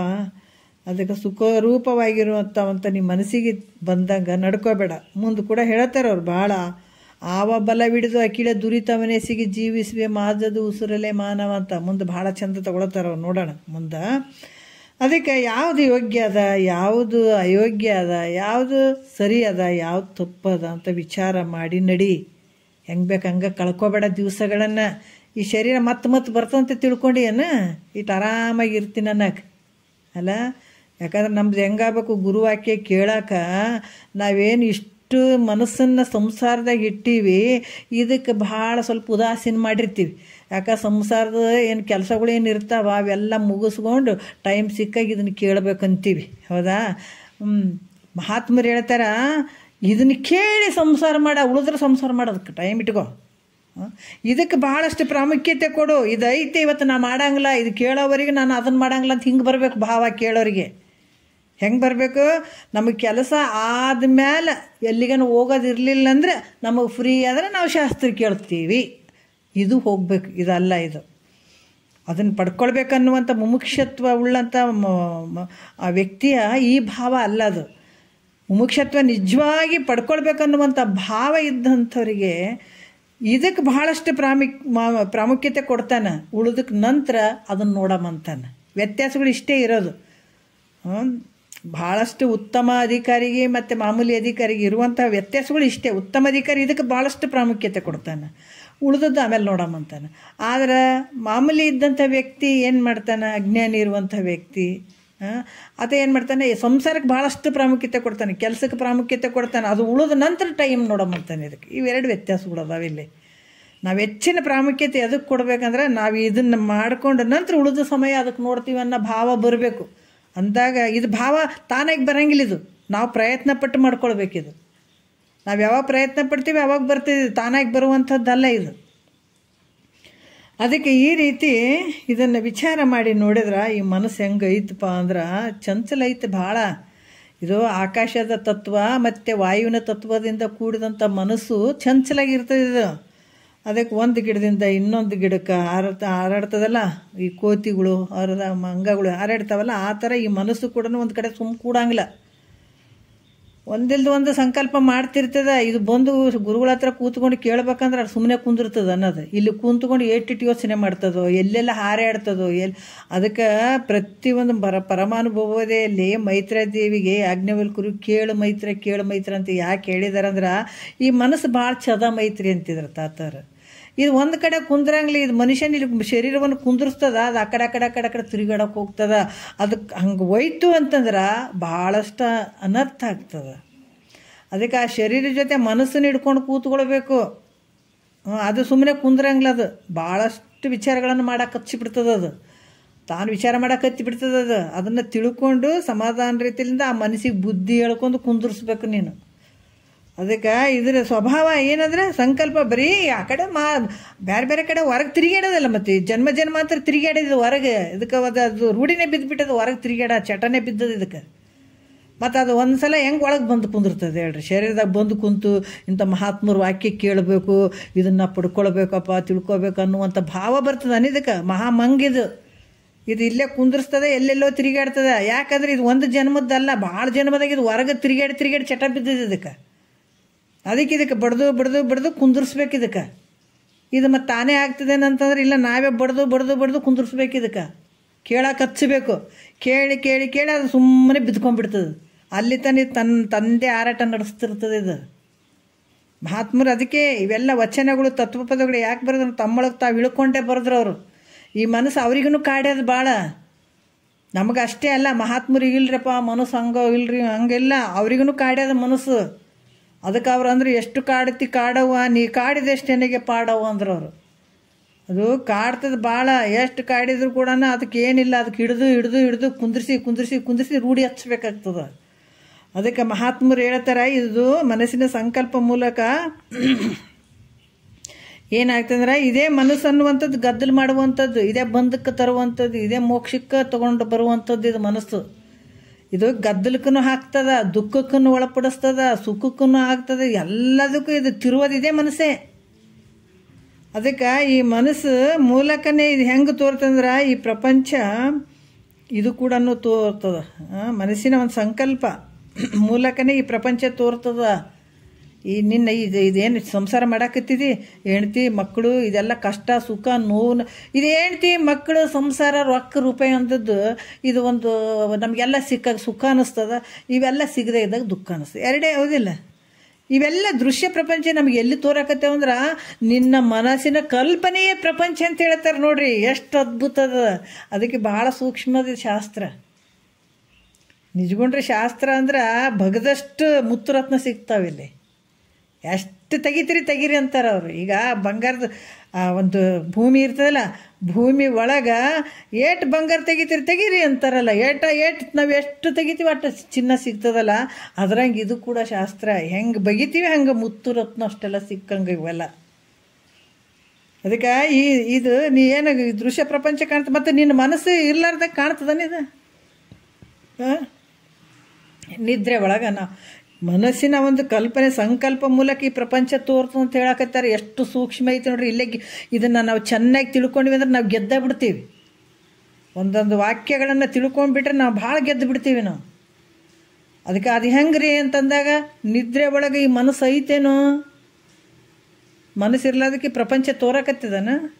ಏನಿಲ್ಲ. ಈ ಶರೀರ ತೋರಂಗಿಲ್ಲ, ಮನಸ್ಸಿಲ್ಲ, ಬುದ್ಧಿ ಇಲ್ಲ, ಚಿತ್ತಿಲ್ಲ, ಅಹಂಕಾರ ಇಲ್ಲ, ಹೆಂಡತಿಲ್ಲ, ಮಕ್ಕಳಿಲ್ಲ, ರೊಕ್ಕಿಲ್ಲ, ರೂಪಾಯಿ ಇಲ್ಲ, ಅಧಿಕಾರ ಇಲ್ಲ, ನಮ್ಮ ಮಿನಿಸ್ಟ್ರ್ ಅಂತಿಲ್ಲ, ಪ್ರೈಮ್ ಮಿನಿಸ್ಟರ್ ಅದಿನಂತೂ ಇಲ್ಲ, ಏನೇನೇನೇನೇ ಇಲ್ಲ ನೋಡ್ರಿ. ಅಲ್ಲಿ ಏನೈತಿ? ಏನೂ ಇಲ್ಲ. ಯಾಕೆ? ಅಲ್ಲಿ ಮನಸ್ಸುಗಳಿಲ್ಲ, ಮನಸ್ಸಿಲ್ಲ ಅಲ್ಲಿ. ಮತ್ತು ಅದು ಹೋಗಲಿ, ಈ ಯಾರಿಗೇನ ಸ್ವಲ್ಪ ಇದು ಆಗಿರ್ತದೆ ನೋಡ್ರಿ, ಮನಸ್ಸು ಬುದ್ಧಿ ಇದಾಗಿರ್ತದೆ. ಆ ಟೈಮ್ನಲ್ಲಿ ಕೂಡ ಈ ಪ್ರಪಂಚ ನಮ್ಮ ಮಾಮೂಲಿ ಥರ ಕಾಣಿಸ್ತಾನೆ ಅವರಿಗೆ ಅಂದರೆ ಹಂಗೂ ಕಾಣಂಗಿಲ್ಲ. ಅದಕ್ಕೆ ಇಲ್ಲಿ ವಿಚಾರ ಮಾಡಿ ನೋಡಿದ್ರೆ ಮನಸ್ಸಿನ ಒಂದು ಸಂಕಲ್ಪದಿಂದ ತೋರುವಂಥ ಈ ಪ್ರಪಂಚ ನಿನಗೇನು ತೋರಕತ್ತದ? ನಿನ್ನ ಮನಸ್ಸಿನಲ್ಲಿ ಸಂಕಲ್ಪ ವಿಕಲ್ಪ ಏನದಾವ, ಸುಖ ದುಃಖ ಎಲ್ಲದಾವ ನಿನ್ನ ಮನಸ್ಸಿನಲ್ಲಿ ಅದಾವ. ನಿನ್ನ ಮನಸ್ಸಿನಲ್ಲಿರುವಂಥ ವಾಸನೆ ಏನು, ಹಿಂದಿನ ಜನ್ಮದ ವಾಸನೆಗಳು ಏನದಾವ ನಿನ್ನ ಮನಸ್ಸಿನಲ್ಲಿ, ಆ ಮನಸ್ಸಿನ ಮೂಲಕನೇ ಈ ಪ್ರಪಂಚ ತೋರ್ತದೆ. ಒಬ್ರಿಗೆ ಭಾಳ ಸುಂದರವಾಗಿ ತೋರ್ತದೆ, ಒಬ್ರಿಗೆ ಕೆಟ್ಟದಾಗಿ ತೋರ್ತದೆ, ಒಬ್ರಿಗೆ ದುಃಖಕರವಾಗಿ ತೋರ್ತದೆ. ನಿನ್ನ ಮನಸ್ಸು ಹೆಂಗದ ಹಂಗೆ ಪ್ರಪಂಚ ತೋರ್ತದೆ. ಅದಕ್ಕೆ ಈ ರೀತಿ ಜಗತ್ತು ಎಷ್ಟೆಷ್ಟು ಸಂಕಲ್ಪ ಮಾಡ್ತಾ ಹೋಗ್ತದೆ ಅಷ್ಟಷ್ಟು ಜಗತ್ತು ಬೆಳೀತಾ ಹೋಗ್ತದೆ. ಅದರಿಂದ ಅನಂತ ದುಃಖಗಳು ಪ್ರಾಪ್ತಿಯಾಗ್ತಾವೆ. ಈ ಮನಸ್ಸು ಎಷ್ಟೆಷ್ಟು ನೀನು ಅದನ್ನು ಬೆಳೆಸ್ಕೋತ ಕುಂದಿರ್ತೀರಿ ಅಟ್ಟೆಟ್ಟು ದೊಡ್ಡ ದೊಡ್ಡ ಈ ಜಗತ್ತು ಬೆಳೀತಾ ಹೋಗ್ತದೆ. ಅದರಿಂದ ಏನಾಗ್ತಾವ? ದುಃಖಗಳು ಜಾಸ್ತಿ ಆಗ್ತಾನೆ ಹೋಗ್ತಾವ. ಇದು ಎಟ್ಟಿಟ್ಟು ತಿರುಗಾಡಕತ್ತದ ಅಟ್ಟಿಟ್ಟು ಹಂಗೆ ಬಿಟ್ಟೆ ಅಂದ್ರೆ ಮತ್ತೇನಾಗ್ತದೆ? ನಿನಗೆ ಸುಖ ಆಗ್ತದನ? ಇದರಿಂದ ಬೆನ್ನು ಬಿದ್ದಿ ಅಂತಂದ್ರೆ ಅದೇನು ಸುಖ ತೋರಿಸ್ತದ ನಿನಗೆ? ಅದರಿಂದ ಏನಾಗ್ತದೆ? ದುಃಖನೇ ಪ್ರಾಪ್ತಿ ಆಗ್ತದೆ. ಈ ಮನಸ್ಸಿನಿಂದ ಬಿದ್ದಿ ಅಂದ್ರೆ ಅಲ್ಲಿ ನಿನಗೆ ದುಃಖನೇ ಪ್ರಾಪ್ತಿ ಆಗ್ತದ. ಹಾಗಂದ್ರೆ ಏನು ಮಾಡಬೇಕು ಅಂತ ಪ್ರಶ್ನೆ ಬಂದರೆ ಇಲ್ಲಿ ಸುಮ್ಮನಿರೋ ಅಂತ ಹೇಳ್ತಾರೆ. ಮತ್ತು ಏನು ಮಾಡ್ಬೇಕ್ರಿ ಈ ಮನಸ್ಸಿಗೆ ಅಂತ ಕೇಳಿದ್ರು ಕೂಡ ಅವ್ರು ಏನು ಹೇಳ್ತಾರೆ? ಸುಮ್ಮನಿರು. ಅದಕ್ಕೆ ಮನಸ್ಸಿನ ಸಂಕಲ್ಪ ನಿವೃತ್ತಿ ಆಗದೆ ವಿನಃ ಸುಮ್ಮನಿರುವುದು ಹೇಗ್ರಿ ಅಂತ ಹೇಳ್ತಾರೆ ಅವರು. ಅಂದ್ರೆ ಮನಸ್ಸಿನಲ್ಲಿ ಯಾವ್ಯಾವ ಸಂಕಲ್ಪಗಳು ಹೇಳ್ತವೆ ಅವುಗಳಿಗೆ ಅವರು ಹೇಳಿದ್ರು. ನಿರ್ವಾಣಪ್ಪ ಅಂತೇಳಿ ಸಿದ್ಧಾರೂಢರ ಹತ್ರ ಬಂದಾಗ ಅದೇ ಕೆಲವು ಕಡೆ ಹೇಳದ ಅಲ್ರಿ, ಭಾಳಷ್ಟು ಮನಸ್ಸಿನಾಗ ಸುಖ ದುಃಖ ಭಾಳಷ್ಟು ಚಿಂತೆ ಆಗ್ತಾವ. ಅದಕ್ಕೆ ನಾನೆಲ್ಲ ಪ್ರಾಣಾಯಾಮ ಮಾಡಿದೆ, ಯೋಗ ಮಾಡಿದೆ, ಹಠ ಯೋಗಗಳನ್ನು ಮಾಡಿದೆ, ಎಲ್ಲ ಮಾಡಿದೆ. ಮಾಡುವಂಥ ಸಂದರ್ಭದಲ್ಲಿ ಮಾತ್ರ ಸ್ವಲ್ಪ ಸುಖ ಆದಂಗೆ ಆಗೋದು, ಮತ್ತು ಆಮೇಲೆ ದುಃಖನೇ ಆಗ್ತದಲ್ರಿ ಅಂತ ಕೇಳಿದಾಗ ಗುರುಗಳಿಗೆ ಗೊತ್ತಾಯಿತು, ಅಲ್ಲಪ್ಪ ಇಷ್ಟೆಲ್ಲ ಸುಖ ದುಃಖ ಇದೆಲ್ಲ ಆದಂಗೆ ಆಗಕತ್ತಿದಂದ್ರೆ ಮನಸ್ಸ ನಾನಲ್ಲ ಅಂತ ತಿಳ್ಕೊಂಬಿಡು, ಒಯ್ತಲ್ಲ ಮುಗಿದ ಹೋಯ್ತು ಅಂದ್ರೆ ಸಿದ್ಧಾರೂಢರು. ಅಲ್ಲೇ ಉಳ್ಕೊಂಡು ಸುಮಾರು ದಿವಸ ಜ್ಞಾನವನ್ನು ತಿಳ್ಕೊಂಡ್ರು. ಯಾರು? ನಿರ್ವಾಣಪ್ಪ ಅನ್ನೋವಂಥ ಒಬ್ಬ ಭಕ್ತ. ಇಲ್ಲಿ ಏನು ಹೇಳ್ತಾರ? ಮತ್ತು ಮನಸ್ಸು ಸಂಕಲ್ಪ ಮನಸ್ಸಿನ ನೀವು ಸುಮ್ಮಿರ ಅಂತ ಹೇಳಕತ್ತೀರಿ. ನಾ ಏನು ಮಾಡ್ಬೇಕಿವಂದ್ರೆ ಅಂದ್ರೆ ನೀ ಸುಮ್ಮಿರಂದ್ರೆ ಅವ್ರು ಸುಮ್ಮಿರಂತಂದ್ರೆ ಮತ್ತು ಮನಸ್ಸಿನ ಸಂಕಲ್ಪ ನಿವೃತ್ತಿ ಆಗ್ಬೇಕಲ್ಲ, ನಿಮ್ಮ ಮನಸ್ಸು ಹೋಗ್ಬೇಕಲ್ಲ, ಅದು ಲಯ ಆಗಬೇಕು. ಮತ್ತು ಅದು ಸುಮ್ಮನೆ ಅದು ಸಂಕಲ್ಪ ನಿವೃತ್ತಿ ಆಗದೆ ವಿನಃ ಸುಮ್ಮನೆ ಇರೋಕ್ಕಾಗಂಗಿಲ್ಲಲ್ಲ. ಹೆಂಗೆ ಮಾಡೋದು ಅಂದಾಗ ಅವ್ರ ಮನಸ್ಸಿನಲ್ಲಿ ಯಾವ ಸಂಕಲ್ಪಗಳು ಏನು ಹೇಳ್ತಾವಲ್ಲ ನಿನ್ನ ಮನಸ್ಸಿನಲ್ಲಿ, ಅವುಗಳಿಗೆ ಸಾಕ್ಷಿಯಾಗಿ ಬೇರೆ ಇರ್ತಾ ಹೋಗು. ನಿನ್ನ ಮನಸ್ಸನ್ನು ನೀ ತಿಳ್ಕೊ. ನಿನ್ನ ಮನಸ್ಸಿನಾಗ ಸಿಟ್ಟು ಬಂತ, ಅದನ್ನು ಸಾಕ್ಷಿ ರೂಪವಾಗಿ ನೋಡು. ಎಷ್ಟು ಸಿಟ್ಟು ಬರಕತ್ತದ ನೋಡು ಅಂತ ತಿಳ್ಕೊ. ನೀನೇ ತಿಳ್ಕೊ. ಸುಖನೂ ನೀನೇ ತಿಳ್ಕೊತಿದ್ದಿ, ದುಃಖನೂ ನೀನೇ ತಿಳ್ಕೊತಿದ್ದಿ. ಎಲ್ಲನೂ ನಿನ್ನ ಮನಸ್ಸಿನಾಗ ಇದಿರಿಟ್ಟು ನೋಡು. ನಿನ್ನ ಮನಸ್ಸನ್ನೇ ನೀನು ಇದಿರಿಟ್ಟು ನೋಡು. ನಾ ಮನಸ್ಸಿಗೆ ಸಾಕ್ಷಿ ರೂಪವಾಗಿ ನಾನು ಬೇರೆ ಇದ್ದೀನಿ ಅಂತ ನೀ ತಿಳ್ಕೊ. ಅದು ಮನಸ್ಸೇ ನಾನಂತ ಅನ್ಕೋಬೇಡ. ನನ್ನ ಮನಸ್ಸು ಅಂತ ಹೇಳ್ತಿದ್ದೆ ಅಂದ್ರೆ ನೀ ಮನಸ್ಸಿಗೆ ಭಿನ್ನ ಇದ್ದಿ, ಬೇರೆನೇ ಇದ್ದಿ. ಅದಕ್ಕೆ ಮನಸ್ಸಿನ ಜೊತೆ ಕೂಡಕ್ಕೆ ಹೋಗಬೇಡ. ಅದು ಏನು ಸಿಟಿಗೆ ಇರ್ತದ ಏರ್ಲಿ, ಸುಮ್ಮನೆ ನೋಡು. ಅದು ಏನೇನು ಮಾಡ್ತದೆ ಅನ್ನೋದನ್ನು ನೀ ಸಾಕ್ಷಿ ರೂಪವಾಗಿ ನೋಡು ನಿನ್ನ ಮನಸ್ಸನ್ನು. ಅದಕ್ಕೆ ಅದ್ರ ಜೊತೆ ಕೂಡಬೇಡ. ನೀ ಏನು ಬೇಕಾದ್ರೂ ಮಾಡಲಿ, ಅದು ಏನು ಬೇಕಾದ್ರೆ ಅವು ಏನು ಬೇಕಾದ್ದು ಮಾಡಲಿ, ಅವುಗಳನ್ನ ಸುಮ್ಮನೆ ನೋಡ್ತಾ ನೀನು ಬೇರೆ ಇದ್ದೀನಿ, ನಾ ಮನಸ್ಸಲ್ಲ. ಹೌದು, ಗುರುಗಳು ಹೇಳಿದಾರ, ಈಗ ಮನಸ್ಸು ನಾನಲ್ಲ, ಏಟೇ ಸಿಟ್ಟು ಬಂದರೂ ಕೂಡ ಈ ಮನಸ್ಸು ನಾನಲ್ಲ ಅಂತ ಇದನ್ನು ಅಭ್ಯಾಸ ಮಾಡ್ಕೊತ ಹೋಗು. ಹಿಂಗೆ ಸಾಕ್ಷಿ ಅನುಸಂಧಾನ ಮಾಡ್ತಾ ಹೋದ್ರೆ ಅದಕ್ಕೆ ಈ ಮನಸ್ಸು ಮೊದಲೇ ಹೇಳಿದಾರ, 84 ಲಕ್ಷ ಜೀವರಾಶಿಯಿಂದ ಈ ಬಂದಂಥ ಮನಸ್ಸು ಒಂದು ಜನ್ಮ ಅಲ್ಲ. ಕೇಳಿದ್ರೆ ನಮಗೆ ಭಯ ಆಗ್ತದೆ. ಹೆಂಗೆ ಧರೆಯನ್ನೆಲ್ಲವನ್ನು ಸಣ್ಣಿಸಿ ಧೂಳಿ ಮಾಡಲ್, ಪರಮಾಣುಗಳೇನು ತೆನಿತು ದೇಹವನ್ನು ಧರಿಸಿ ತೊಂದೊಂದು ಜೀವರ ಬಸರೋಳು ಬಂದು ಮರಳಿ ನೀನತ್ತ ತಿರುಗದಂತೆ ರಚಿಸದಂತೆ ಹೇಳಿದಾರ ಅವರು. ಅಂದ್ರೆ ಈ ಭೂಮಿ ಸಣ್ಣ ಮಾಡಿದ್ರೆ ಪುಡಿ ಸಣ್ಣ ಕಣಗಳು ಏನಿರ್ತಾವೆ ಅಷ್ಟು ಜನ್ಮಗಳನ್ನು ತೊಟ್ಕೊಂಡು ಬಂದಂಥದ್ದು. ಅಂಥ ಮನಸ್ಸು ಹೊರಗೆ ಹೋಗ್ಯದಂತಂದ ಮೇಲೆ ಹೊರಗೇ ತಿರುಗಾಡೋದು ಇಷ್ಟು ದಿವಸ ಅಂದ್ರೆ ಒಂದೇ ಸಲಕ್ಕೆ ಹೆಂಗೆ ತೊಟ್ಟಿಗೆ ಬರ್ತದೆ ಹೇಳ್ರಿ. ಅದಕ್ಕೆ ಇಲ್ಲಿ ಗುರು ಹೇಳ್ದಂಗೆ ಇದನ್ನು ಕೇಳಿಕೊಂಡು ಮತ್ತು ಈ ಮನಸ್ಸು ಏನಂದ್ರೆ ಇವುಗಳಿಗೆ ಏನು ನಡೀತದ ಅವಕ್ಕೆಲ್ಲಕ್ಕೂ ಸಾಕ್ಷಿ ರೂಪವಾಗಿ ಇರುವಂಥವನು ನಾನು ಬೇರೆಯೇ ಇದ್ದೀನಿ, ಮನಸ್ಸು ನಾನಲ್ಲ ಅಂತ ನೀನು ಪ್ರತಿ ದಿವಸ ಅನುಸಂಧಾನ ಮಾಡ್ತಾ ಹೋದ್ರೆ ಮನಸ್ಸು ಸುಮ್ಮನೆ ಆಗ್ತದೆ. ಅವಾಗ ಅದಕ್ಕೆ ಕಟ್ಟಿದಂಥ ಮಂಗ ಏನು ಮಾಡ್ತದದು, ಜಿಗಿತದ ಸುಮ್ಮನಾಗಿಬಿಡ್ತದೆ. ಹಂಗೆ ಈ ಮನಸ್ಸಿನ ವೃತ್ತಿಗಳು ಕೂಡ ಇದು ಮನಸ್ಸು ನಾನಲ್ಲ, ಇದು ನಾನು ಮನಸ್ಸನ್ನು ತಿಳಿತೀನಿ, ಇದು ಎಷ್ಟು ಹಾರಾಡ್ಲಿ ಅಂತ ಅದಕ್ಕೆ ಸಾಕ್ಷಿ ರೂಪವಾಗಿ ನೀ ಕುಂತು ಬಿಟ್ಟಿದ್ದೆ ಆದ್ರೆ ಆವಾಗ ಮನಸ್ಸಿನ ವೃತ್ತಿಗಳು ಶಾಂತ ಆಗಿಬಿಡ್ತಾವೆ. ಯಾಕೋ ಕೇಳವಲ್ಲ ಬಿಡಪ್ಪ ನನಗನ್ನಂಗಾಗಿ ಗಪ್ಪಾಗಿಬಿಡ್ತಾವೆ. ಇದರಿಂದ ನಿನಗೇನಾಗ್ತದೆ, ಮನಸ್ಸು ಶಾಂತ ಆಯ್ತಂದಾಗ ಇನ್ನೇನಾಗ್ತದೆ, ಎಲ್ಲಿ ಹೋಗಲಿಲ್ಲ ಬರಲಿಲ್ಲ ಅಂದ್ರೆ ಎಷ್ಟು ಶಾಂತಿ ಆಗ್ತದೆ ಹೇಳ್ರಿ.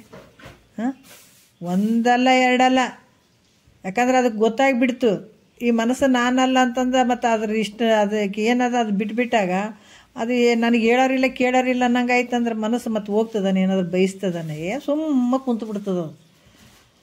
ಅದಕ್ಕೆ ಇದರಿಂದ ನಿನಗೇನಾಯಿತು, ಮನಸ್ಸು ಅಲ್ಲಿ ಹೋಗ್ಬಿಟ್ಟಾಗ ಏನಾಯ್ತದ, ಮನಸ್ಸಿಗೆ ಸಾಕ್ಷಿ ಆದಂಥ ನಾನು ಬೇರೆನೇ ಇದ್ದೀನಿ ಅಂತ ನೀ ತಿಳ್ಕೊಂಬಿಟ್ಟು ಅಂತಂದ್ರೆ ಅವಾಗ ನಿನಗೇನಾಗ್ತದ, ಸುಖ ಪ್ರಾಪ್ತಿ ಆಗ್ತದ, ಸುಖ ಆಗ್ತದೆ ನಿನಗೆ.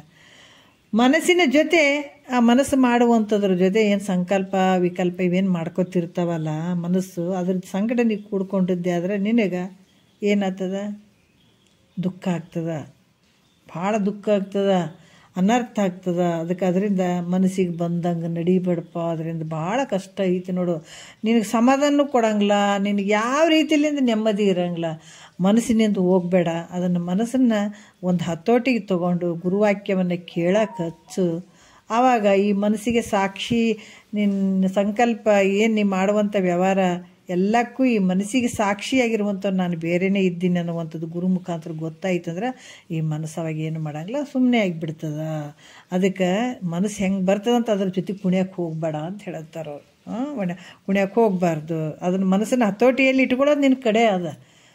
ಹತೋಟಿಯಾಗಿ ಇಟ್ಕೊಳ್ಳೋದಂದ್ರೆ ಈ ಮನಸ್ಸೇ ನಾನಲ್ಲ ಅಂತ ನೀನು ಅದನ್ನು ತಿಳ್ಕೊಂಡು ಅದೇ ಅನುಸಂಧಾನ ಮಾಡ್ತಾ ಹೋದ್ರೆ ಮನಸ್ಸು ಅವಾಗ ನನಗೆ ಹೇಳೋರು ಕೇಳೋರು ಯಾರಿಲ್ಲ, ಸುಮ್ಮನೆ ಕುಂತು ಬಿಡ್ತದೆ. ಯಾಕಂದ್ರೆ ಅದರಿಂದ ಬೆನ್ನು ಹತ್ತೋರು ಯಾರು ಇರೋಂಗಿಲ್ಲಲ್ಲ, ಸುಮ್ಮನೆ ಕುಂತು ಬಿಡ್ತದ. ಈ ರೀತಿ ನೀನು ವಿಚಾರ ಮಾಡಪ್ಪ, ಮನಸ್ಸಿಗೆ ಬಂದಂಗೆ ನಡಿಬೇಡ ಅಂತ ಹೇಳ್ತಾರೆ ಅವರು. ಮತ್ತು ಕುಂದು ಹೊಡೆಯದಿರಂದ್ರೆ ಅದ ಇಲ್ಲ ಇದಿಲ್ಲ ಅಂತ ಬರೀ ಹತ್ಕೊಂತ ತಿರುಗಾಡ್ಬೇಡ ಅಂತಾರೆ. ಕೊರತೆಗೊಳ್ಳಬೇಡ ಅಂದ್ರೆ ಬರೀ ಅದಿಲ್ಲ ಇದಿಲ್ಲ ಅನ್ಬೇಡ. ಇದಕ್ಕೆ ಎಷ್ಟು ಕೊಟ್ಟರು ಅಷ್ಟೇ ಐತೆ, ಹೌದಲ್ಲ. ಇದಕ್ಕೆ ಏಟು ಬಂದ್ರೆ ನೋಡ್ರಿ ಭಗವಂತ ಏನು ಕೊಟ್ಟಿಲ್ಲ ಅಂತೀರಿ. ಆಕಾಶ, ವಾಯು, ಅಗ್ನಿ, ಜಲ, ಪೃಥ್ವಿ, ಅದ್ರ ಜೊತೆ ನಿಮ್ಗೆ ಊಟಕ್ಕೆ, ಅನ್ನಕ್ಕೆ ಎಲ್ಲಟು ಇಟ್ಟನಿಲ್ಲ. ಅದಕ್ಕೆ ಹೇಳ್ತಾರಲ್ಲ, ನೀನಿತ್ತ ವರವಲ್ಲವೇ ಓ ಸ್ವಾಮಿ ಈ ನಮ್ಮ ಕಣ್ಣುಗಳು. ಈ ಆಕಾಶ, ಭೂಮಿ, ಜಲ ಎಲ್ಲವನ್ನ ಸಮೃದ್ಧಿಯಾಗಿಟ್ಟಾನೆ. ಏನು ಇಟ್ಟಿಲ್ಲ ಅಂತ ಹೇಳ್ತೀರಿ ಹೇಳ್ರಿ ಭಗವಂತ. ಅದ್ರ ಜೊತೆ ಮತ್ತು ತಿನ್ನಕ್ಕೆ ಆಹಾರ ಬೇಕಲ್ಲ ಇವಕ್ಕೆ, ಪ್ರಾಣಿ ಪಕ್ಷಿಗಳು ಈ ಜಗತ್ತಿನ ಮೇಲೆ ಸೃಷ್ಟಿ ಮಾಡಿದ್ದೀನಿ, ಮತ್ತು ಅವಕ್ಕೆ ತಿನ್ನಕ್ಕೆ ಬೇಕಲ್ಲ ಅಂತೇಳಿ ಎಲ್ಲ ಪದಾರ್ಥಗಳನ್ನು ಜೋಡಿಸ್ಬಿಟ್ಟಾನ, ಹೌದಿಲ್ಲ. ಏನು ಇಟ್ಟಿಲ್ಲ ಅಂತೀರಿ. ಇವತ್ತು ಜೋಳ, ಅಕ್ಕಿ ಏನಾರು ಒಂದು ಚೂರು ಇಲ್ಲೇ ಇದೇ ಒಂದು ಪ್ರಕೃತಿಯಲ್ಲಿ ಒಂದು ಚೂರು ಅದೇ ಬೆಳೆದದ್ದು ಅಂಥದ್ರಲ್ಲೇ ತೊಗೊಂಡು ಒಂದು ಕಂಡು ಹಿಡ್ದದ್ದು ಇಲ್ಲರಿ ಗಿನ್ನಿಸ್ ದಾಖಲಾದಾಗ ನಮ್ಮ ಹೆಸರು ಇರ್ಬೇಕ್ರಿ ಅಂತ ಬಿಡ್ದಾಡ್ತೀವಿ ನಾವು ಅಲ್ಲ. ಆದ್ರೆ ಪರಮಾತ್ಮ ಇವತ್ತು ಜೋಳ, ಅಕ್ಕಿ, ಬ್ಯಾಳಿ ಇವತ್ತೇನು ಕುಂತು ತಿಂತೀವಿ, ಏನು ಎಷ್ಟು ಮಂದಿ ಹುಟ್ಟಿದ್ರೇನು, ಎಷ್ಟು ಮಂದಿ ಸತ್ರೇನು, ಅವೇ ಉಣಕತ್ತೀವಿ. ಆದರೆ ಯಾರು ಕಂಡು ಹಿಡಿದ್ರಂತ ಯಾರನ್ನು ಎಲ್ಲೇನು ಗಿನ್ನಿಸ್ ದಾಖಲಾದಾಗ ಅದನ್ನು ದಾಖಲೆ ಒಳಗೆ ಐತೇನ? ಇಲ್ಲ, ಪರಮಾತ್ಮ ಮಾಡಿದ್ದಿದು. ಪರಮಾತ್ಮನ ಕಾರ್ಯ ನೋಡ್ರಿ ಎಷ್ಟು ಅದ್ಭುತವಾಗಿ, ಎಷ್ಟು ಕರುಣಾಶಾಲಿ ಅದಾನತ. ಯಾವುದಕ್ಕೂ ಕಡಿಮೆ ಮಾಡಿಲ್ಲ ನಿನಗೆ. ಮತ್ತು ಇವಕ್ಕೆ ರೋಗಗಳಿಗೆ ತುತ್ತಾಗ್ತದೆ ಈ ಶರೀರ. ಅದಕ್ಕೆ ಸ್ವಲ್ಪ ರೋಗದಿಂದ ಪಾರಾಗಕ್ಕೆ ಕೂಡ ಅವಕಾಶ ಬೇಕಲ್ಲ. ಅದಕ್ಕೆ ಪಾರಾಗಬೇಕಾದ್ರೆ ಕೆಲವು ಔಷಧಿಗಳನ್ನು ಕೂಡ ನಾವು ಆಯುರ್ವೇದ ಅನ್ನುವಂಥ ಉಪವೇದಗಳನ್ನು ಮಾಡಿಬಿಟ್ಟು ಆಯುರ್ವೇದ ಕೆಲವು ಔಷಧಿಗಳನ್ನು ಕಂಡು ಹಿಡಿದು ಇಂಥ ರೋಗಕ್ಕೆ ಇಂಥ ಔಷಧಿಗಳನ್ನು ಕಂಡು ಹೇಳಿದಂಥದ್ದು ಪರಮಾತ್ಮನೇ. ಏನಿಲ್ಲ ಅಂತ ಹೇಳ್ತೀರಿ ಹೇಳ್ರಿ, ಎಲ್ಲನೂ ಇಟ್ಟಿದ್ದಾನೆ. ಆದ್ರೆ ಈ ಜೀವನಿಗೆ ನೋಡ್ರಿ ಏಟಿದ್ರೂ ಕೂಡ ಅದಕ್ಕೆ ಸುಖ ಇಲ್ಲ. ಅದು ಎಷ್ಟು ಕೊಟ್ಟರೂ ಸಾಕಾಗಂಗಿಲ್ಲ ಅದಕ್ಕೆ. ಮತ್ತು ಇನ್ನು ಅದು ಬೇಕು ಇದು ಬೇಕು ಅನ್ನೋದ್ರಾಗ ಅದಾನ. ಅದಕ್ಕೆ ಈ ಮನಸ್ಸಿಗೆ ಇವತ್ತು 10 ರೂಪಾಯಿ ಕೊಟ್ರೆ ಇನ್ನು 20 ಅಂತದ, 20 ಕೊಟ್ರೆ 1000 ಅಂತ, 1000 ಕೊಟ್ರೆ ಲಕ್ಷ ಅಂತದ. ಹಿಂಗೆ ಇದಕ್ಕೆ ಯಾವತ್ತೂ ತೃಪ್ತಿ ಅನ್ನೋದೇ ಇಲ್ಲ ಇದಕ್ಕೆ. ಅದಕ್ಕೆ ಈ ರೀತಿಯಿಂದ ಈ ಏನು ಕೊಟ್ಟರು ಕೂಡ ಸಮಾಧಾನ ಆಗಲ್ಲ ಈ ಮನಸ್ಸಿಗೆ. ಅದಕ್ಕೆ ಕೊರತೆಗೊಳ್ಬೇಡ ಅಂತಾರೆ. ಇದರಿಂದ ಏನಾಗ್ತದಪ್ಪ ಅಂತಂದ್ರೆ ನಿನ್ನಲ್ಲಿ ಆಸೆ ಬೆಳೀತಾ ಹೋಗ್ತದ. ಬರೀ ಅದಿಲ್ಲ ಇದಿಲ್ಲ ಅಂತ ಕೊರತೆಗೊಳ್ಬೇಡ, ಆಸೆ ಬೆಳೀತಾ ಹೋಗ್ತದಲ್ದ ಮತ್ತು ಜಾಸ್ತಿನೇ ಆಗ್ತದೆ ವಿನಃ ಕಡಿಮೆ ಆಗಂಗಿಲ್ಲ. ಅದಕ್ಕೆ ಒಂದು ದೃಷ್ಟಾಂತ ಹೇಳ್ತಾರ, ಪರಮಾತ್ಮ ಈ ಮನಸ್ಸಿಂದ ವಿಚಾರ ಮಾಡೋದಾತ. ಏನು ಎಷ್ಟು ಕೊಟ್ಟರು ಕೂಡ ಇದಕ್ಕೆ ಸಮಾಧಾನ ಇಲ್ಲ. ಏಟು ಆಯುಷ್ಯ ಕೊಟ್ಟರು ಕೂಡ ಇನ್ನೂ ಇರ್ಬೇಕಂತದ, ಏಟು ರೊಕ್ಕ ಕೊಟ್ಟರು ಕೂಡ ಇನ್ನೂ ಬೇಕಂತದ, ಏನು ಕೊಟ್ಟರು ಕೂಡ ಇದಕ್ಕೆ ಸಮಾಧಾನ ಅನ್ನೋದೇ ಇಲ್ಲ. ಅದಕ್ಕೆ ಈ ಮನಸ್ಸಿನ ಆಸೆ ಎಷ್ಟಿರ್ಬೇಕಂತ ನೋಡ್ಬೇಕಂತ ಪರೀಕ್ಷೆ ಮಾಡೋಕೆ ಎಲ್ಲ ಇಹಲೋಕದ ಎಲ್ಲ ಭೋಗಗಳನ್ನು ತೋರಿಸಿದ್ನಂತ ನೋಡ್ರಿ ಮನಸ್ಸಿಗೆ. ತೋರಿಸ್ಬಿಟ್ಟು ಆದ್ರೆ ಒಬ್ಬ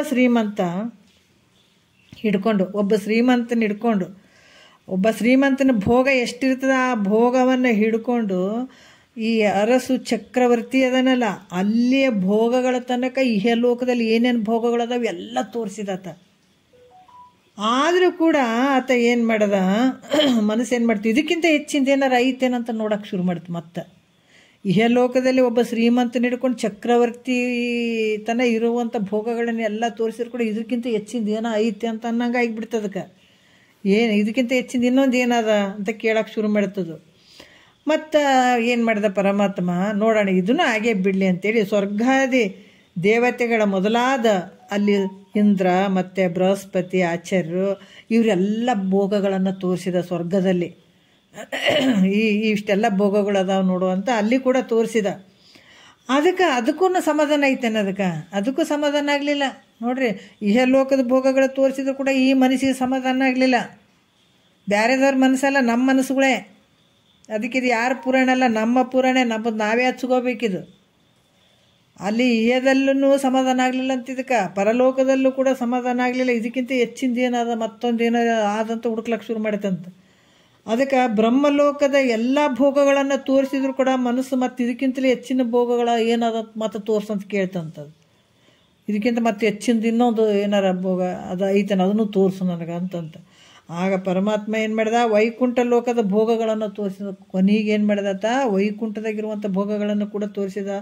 ಆದರೂ ಕೂಡ ಅದಕ್ಕೆ ಸಂತೋಷ ಆಯ್ತೇನು ಅಂತಂದರೆ ಇದಕ್ಕಿಂತ ಹೆಚ್ಚಿನದನ್ನು ತೋರಿಸು ಅಂತಂತ. ಮತ್ತೆ ಅದಕ್ಕೆ ಪುನಃ ಕೈಲಾಸದ ಭೋಗಗಳನ್ನು ತೋರಿಸಿದ್ರು ಕೂಡ ಅವಾಗೂ ಕೂಡ ಅದು ಏನು ಮಾಡಿತು, ಖುಷಿ ಆಗಲಿಲ್ಲ ಅದಕ್ಕೆ. ಮತ್ತು ಇದಕ್ಕಿಂತ ಏನು ಇದು ಮತ್ತೇನು ದೊಡ್ಡದದ ಅಂತ ಕೇಳಿತು. ಆಗ ಪರಮಾತ್ಮ ಇದಕ್ಕಿಂತಲೂ ಹೆಚ್ಚಿನ ಭೋಗಗಳಿಲ್ಲ ಅಂತ ಹೇಳಿದಾಗ ಯಾಕಂದ್ರೆ ಆಗ ಏನಾದರೂ ಇರಬಹುದು ಅಂತ ಶಂಕರನ ತಲೆ ಹತ್ತಿ ನೋಡ್ಬಿಡ್ತಂತ ನೋಡ್ರಿ. ಅಷ್ಟಾದರೂ ಕೂಡ ಇದಕ್ಕಿಂತ ಹೆಚ್ಚಿಂದ ಇನ್ನೇನೈತಿ ಹೇಳ ನಿನಗೆ ತೋರ್ಸಾಕ ಅಂತಂದಾಗ ಆದರೂ ಸಮಾಧಾನ ಆಗಲಿಲ್ಲ. ಪರಮಾತ್ಮನ ತಲೆ ಏರಿ ಶಂಕರನ ತಲೆ ಮೇಲೆ ಹತ್ತಿ ಆ ಕಡೆ ಈ ಕಡೆ ನೋಡಕತ್ತಂತ ನೋಡ್ರಿ. ಅಷ್ಟಾದರೂ ಕೂಡ ಈ ಮನಸ್ಸಿಗೆ ಯಾರ ಮನಸ್ಸುಗಳು? ನಮ್ಮ ಮನಸ್ಸುಗಳು. ನಮ್ಮ ಮನಸ್ಸಿಗೆ ಹೇಳಕತ್ತಾರ ಅವರು. ಮತ್ತು ಅವ್ರ ಮನಸ್ಸಿಗೆ ಅವ್ರಿಗೆ ಹೇಳಕತ್ತಾರ್ರಿ. ನಮ್ಮ ಮನಸ್ಸು ಹಂಗಿಲ್ಲ ಅಂತ ಅಂದ್ಕೊಳಂಗಿಲ್ಲ, ನಮ್ಮ ಮನಸ್ಸಿಂದೇ ಹೇಳಕತ್ತಾರ ಅವರು. ಅಷ್ಟಾದರೂ ಕೂಡ ಅದು ಪರಮಾತ್ಮನ ತಲೆ ಎತ್ತಿ ನೋಡಕತ್ತಂತ. ತಲೆ ಮೇಲೆ ಶಂಕರನ ತಲೆ ಮೇಲೆ ಹತ್ತಿ ಆ ಕಡೆ ಈ ಕಡೆ ತಲೆ ಹಾಕಿ ನೋಡಕತ್ತಿ ಏನಾರ ಐತೇನಂತೇಳಿ. ಈಗ ಹೇಳುವಂಥ ಕಾರಣ ಏನಂತಂದ್ರೆ ಮನಸ್ಸಿಗೆ ಏಟು ಕೊಟ್ಟರು ಕೂಡ ಈ ತೃಪ್ತಿ ಹೊಂದಂಗಿಲ್ಲ, ಇದಕ್ಕೆ ತೃಪ್ತಿ ಆಗಂಗಿಲ್ಲ. ಬರೀ ಆಸೆಯಿಂದ ಕೂಡಿದಂಥ ಮನಸ್ಸು ಭಾಳ ಕೆಟ್ಟದ್ದೈತಿ. ಇದಕ್ಕೆ ಅದಕ್ಕೆ ರೂಢಿ ಹಾಕಬೇಡ, ಇದಕ್ಕೆ ಚಟ ಬಿದ್ದದ ಇದಕ್ಕೆ. ಅದಕ್ಕೆ ಮಹಾತ್ಮರು ಹೇಳ್ತಾರೆ, ಆ ಆಶಾ ರಹಿತವಾಗುವಂಥದ್ದಲ್ಲ ಇದು.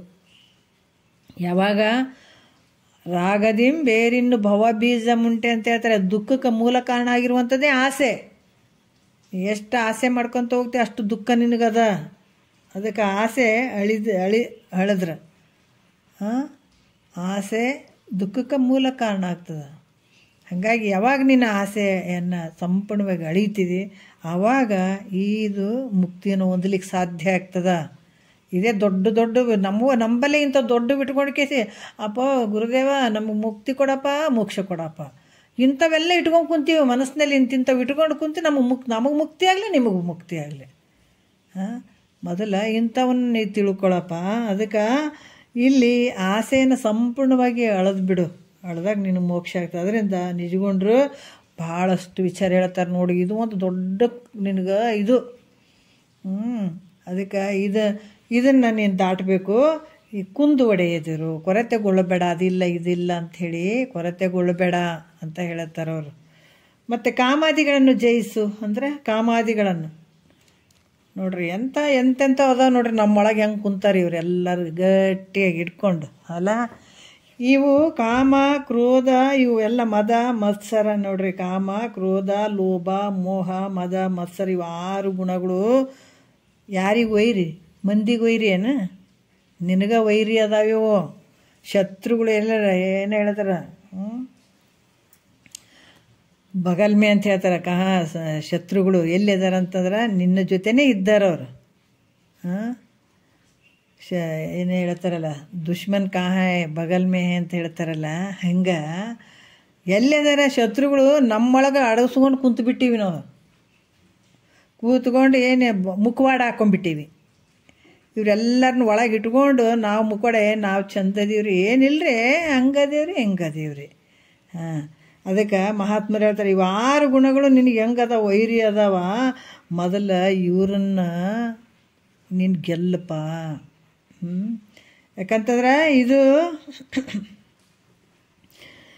ನಿನಗೆ ಇಂಥ ಒಂದು ನಿನ್ನಲ್ಲಿರುವಂತಹ ಏನು ಆ ವಸ್ತು ನಿನಗೆ ಸಿಗಬೇಕಾಗಿತ್ತು ಅಂತ ಆನಂದವನ್ನು ನಿನಗೆ ಬೇಕಾಗಿತ್ತಂತಂದ್ರೆ ಇವನ್ನ ನೀನು ತಿಳ್ಕೊಂಡು ಇವನ್ನ ಜಯಿಸು.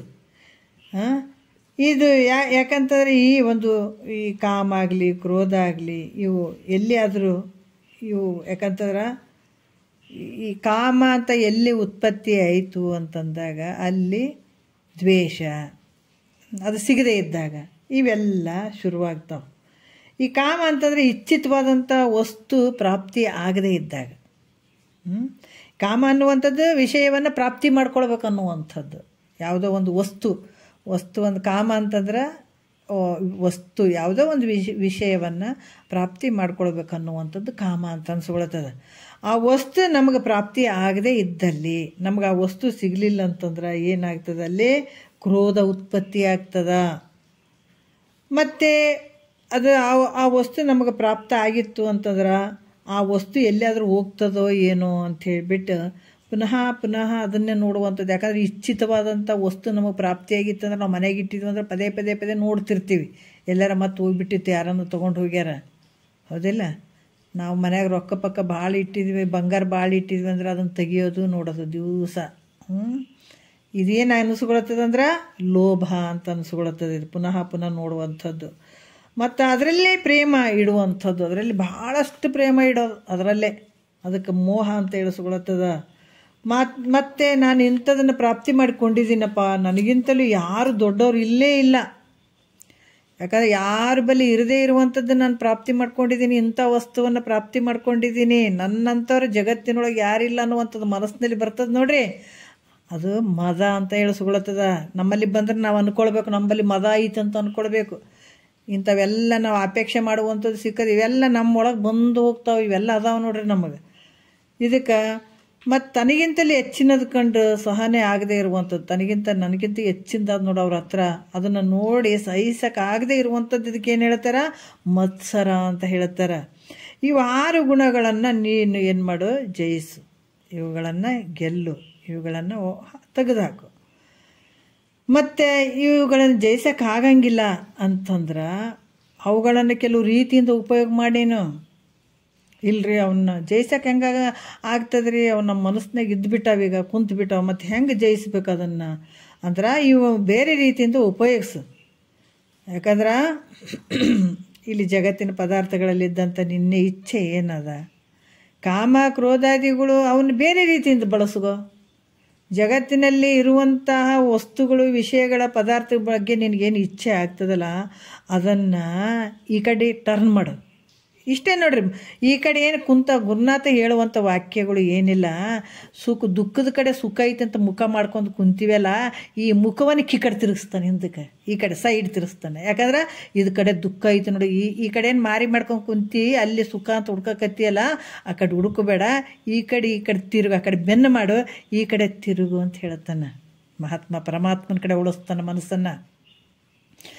ಏನು ನಮಗೆ ಈಗ ಇಲ್ಲರಿ, ನಾವು ಅರಿಷಡ್ ವರ್ಗಗಳನ್ನು ನಾವು ಜಯಿಸೋಕ್ಕಾಗಲ್ಲ, ಮತ್ತು ಅದಕ್ಕೆ ಏನು ಮಾಡಬೇಕು, ಹೆಂಗೆ ಮಾಡಬೇಕು ಅಂದ್ರೆ ಅದಕ್ಕೊಂದು ಉಪಾಯ ಕೂಡ ಹೇಳ್ತಾರೆ ಅವರು. ಹೆಂಗಂದ್ರೆ ಜಗತ್ತಿನೊಳಗೆ ನೀನೇನು ವಸ್ತುಗಳ ಒಂದು ಇಚ್ಛೆ ಏನು ಮಾಡ್ತಿದೆಯಲ್ಲ, ಅದು ಆ ಇಚ್ಛೆದ ಕಡೆ ಬಿಡು, ಆ ಕಡೆ ಮನಸ್ಸು ಹಾಕಬೇಡ, ತಿಳ್ಕೊ ಮಿಥ್ಯೆ ಅದಾವ, ಅದರಿಂದ ದುಃಖನೇ ಐತೆ ಅಂತ ನೀನು ತಿಳ್ಕೊಂಡು ಆ ಮನಸ್ಸನ್ನು ಎಲ್ಲಿಗೆ ಹಾಕ್ತಿ, ಯಾವುದನ್ನು ಇಚ್ಛೆ ಪಡ್ಸೋಕ್ಕಾಗ್ತಿ ಅಂದ್ರೆ ಪರಮಾತ್ಮನ ದರ್ಶನ ಸಲುವಾಗಿ ಈ ಕಡೆ ಇಚ್ಛೆ ಮಾಡು. ಕಾಮ ಅಂದ್ರೇನು ಇಚ್ಛೆ ಪಡುವಂಥದ್ದು, ಇಚ್ಛೆ ಮಾಡುವಂಥದ್ದು. ಕಾಮ ಅಂದರೆ ಬೇರೆ ಬೇರೆ ಅಲ್ಲ, ಕಾಮ ಅಂದರೆ ವಸ್ತುಗಳ ಇಚ್ಛೆ ಮಾಡುವಂಥದ್ದು. ಈ ಕಡೆ ಏನು ಈ ವಸ್ತುಗಳ ಇಚ್ಛೆ ಪಡೋದಕ್ಕೇನು ಈ ಕಡೆ ಮನಸ್ಸು ಹಾಕಿದೆಲ್ಲ, ಆ ಮನಸ್ಸನ್ನು ಪರಮಾತ್ಮನ ದರ್ಶನ ಮಾಡ್ಕೋತೀನಿ ಅನ್ನುವಂಥ ಭಾವ ಆಗಿರ್ಬೋದು. ಇವತ್ತು ಸತ್ಪುರುಷರ ಸಲುವಾಗಿ ಭಗವಂತನ ಸ್ವರೂಪವಾಗಿರುವಂಥದ್ದು ನನಗೇನು ಹೇಳ್ತಾರಲ್ಲ ಒಬ್ಬೊಬ್ರು, ನನಗೆ ಯಾವುದು ಆಸೆ ಇಲ್ಲರಿ, ಗುರುನಾಥನ ಸತಿ ಸೊಕ್ಕುಬಾಯಿ ಅವೆಲ್ಲ ನಾವು ಭಕ್ತಿಯಲ್ಲಿ ನೋಡ್ತೀವಿ, ಅಷ್ಟೊಂದು ಕಷ್ಟ ಇತ್ತು ಅಂಥವ್ರ ಮಧ್ಯೆ ಅಲ್ಲಿದ್ದರೂ ಕೂಡ ವಿಠ್ಠಲ ವಿಠ್ಠಲ ಅಂತಿದ್ದಳು ಆಕೆ. ಮನಸ್ಸನ್ನು ಎಲ್ಲಿಟ್ಟಿದ್ದಳು, ಭಗವಂತನ ಕಡೆ ಇಟ್ಟಿದ್ದಳು.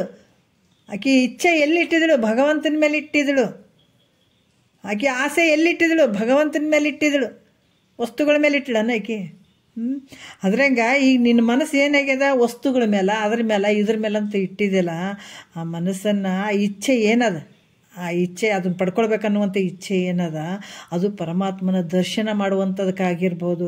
ಸತ್ಪುರುಷರ ಸಲುವಾಗಿ ಅಂತ ಮಹಾತ್ಮರ ಒಂದು ದರ್ಶನ ತೊಗೊಳ್ತೀನಿ ಅನ್ನುವಂಥ ಇಚ್ಛೆ ಐತ್ರಿ ನನಗ ಅಂತ ಬರಲಿ. ಮತ್ತು ಸತ್ಶಾಸ್ತ್ರಗಳ ಶ್ರವಣ ಮಾಡ್ಬೇಕನ್ನುವಂಥದ್ದು ಇಚ್ಛೆ. ಅಪ್ಪ ನನಗೇನು ಕೊಡುತ್ತಿದೆ ಬಿಡ್ತಿದೆ, ನನಗೆ ಬೇಕಾಗಿಲ್ಲಪ್ಪ, ನನಗಿಂತ ಮಹಾತ್ಮರ ವಾಕ್ಯ ಕೇಳಂಗೆ ಮಾಡಪ್ಪ ಅಂತ ಯಾರನ್ನ ಬಿಡ್ಕೊಂಡಿವೇನು ಇವತ್ತು? ಅಂಥ ಮಹಾತ್ಮರ ವಾಕ್ಯ ನಮಗೆ ತಿಳಿಯಂಗೆ ಮಾಡು, ಅಥವಾ ನಾವು ದಿನ ಕೇಳಂಗೆ ನಮ್ಗೆ ಯಾವ ಅಡೆತಡೆಗಳು ಮಾಡಬೇಡಪ್ಪ.